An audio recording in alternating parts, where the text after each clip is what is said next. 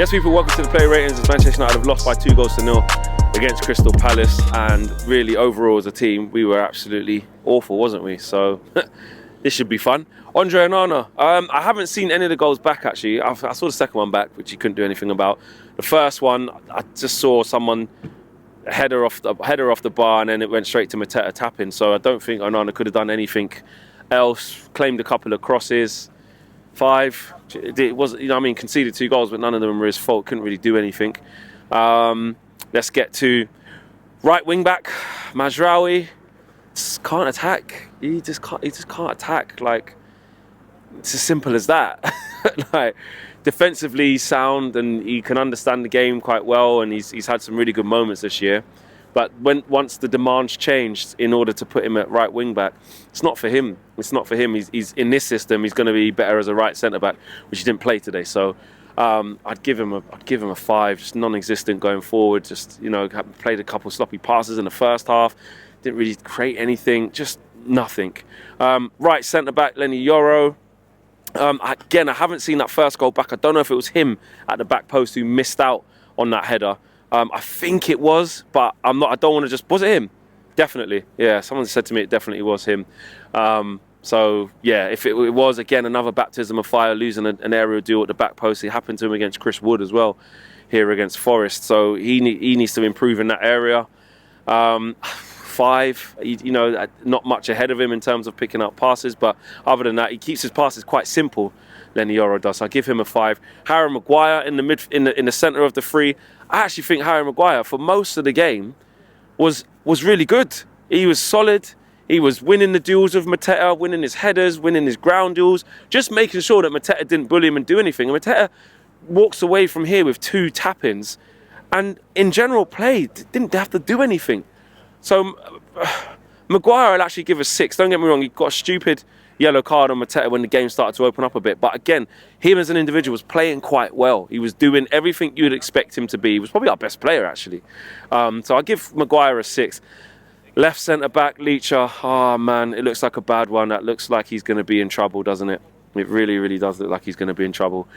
And I'm hypothesising here just from what I saw on the replay, his knee and how long that took. I just hope that it was more precaution than actual, he's done. But that looks like that could be for the rest of the season.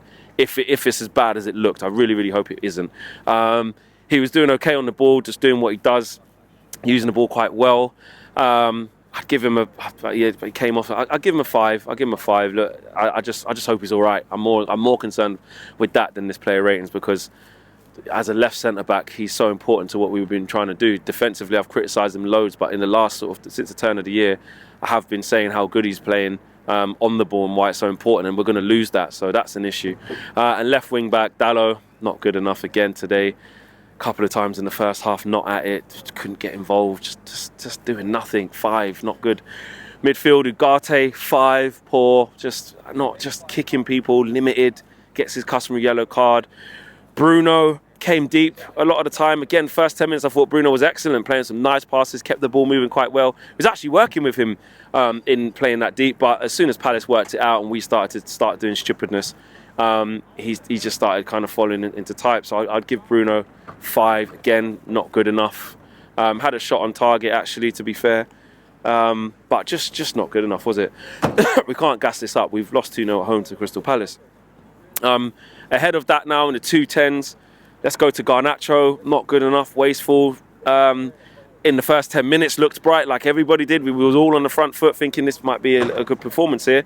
But after that, just couldn't get any change out of Munoz, couldn't get any change out of Richards. Just wasteful, not really doing much. 5. The right 10, Ahmad. I think this is Ahmad's worst game in a little while, actually. Ahmad, just nothing was really coming off for him. He always tries things. He's going to try and get on the ball and make things happen, but didn't quite work out for Ahmad. I'll give him a 5. It's like 5s all round, isn't it? Cobby up front. Not for me. Yeah, listen, hit the post. And early on, like I said, in the first 10 minutes where everybody looked good, I felt like maybe there could be something in this. But as the game went on, it was just a total wrong decision. And I get the instant, pushback of, but look what happened when Xerxes come on, and look what happened when Rasmus come on. They're crap. I get that. But it's less about them and more about Kobe's fluidity of like he deserved to play in the 10 from the game against Steaua Bucharest. I mean, I did say we have to be careful because it's low opposition against Bucharest. Do you know what I mean? We're getting excited saying this, that and the other, and we've ended up playing him in the 9. And look, against Gahey, who's physical, Lacroix, who's physical, and Richards, who's physical. I don't understand why we did it. And for whatever Ruben Amorim wanted to say after, which I haven't heard yet, and I heard that before, he said just to try something different and catch Palace off guard. Fine, he tried something different, but it's safe to say he can't play there again. Not because he's rubbish and this, that, but that's not what's best for the team. So we're going to need a focal point in Rasmus or Xerxes. I'd probably go with Xerxes because he's got a better touch, although he comes on, gets the chance to show the manager why you should have started me at 9, and fucking gives the ball away straight away. And then they scored a second. So he didn't cover himself in glory. And maybe, you know what, that's what the bigger problem is. Maybe we're missing the trick. Was that Ruben trying to send a message to the board to get him a player, get him a number 9, go and get Matisse Tell?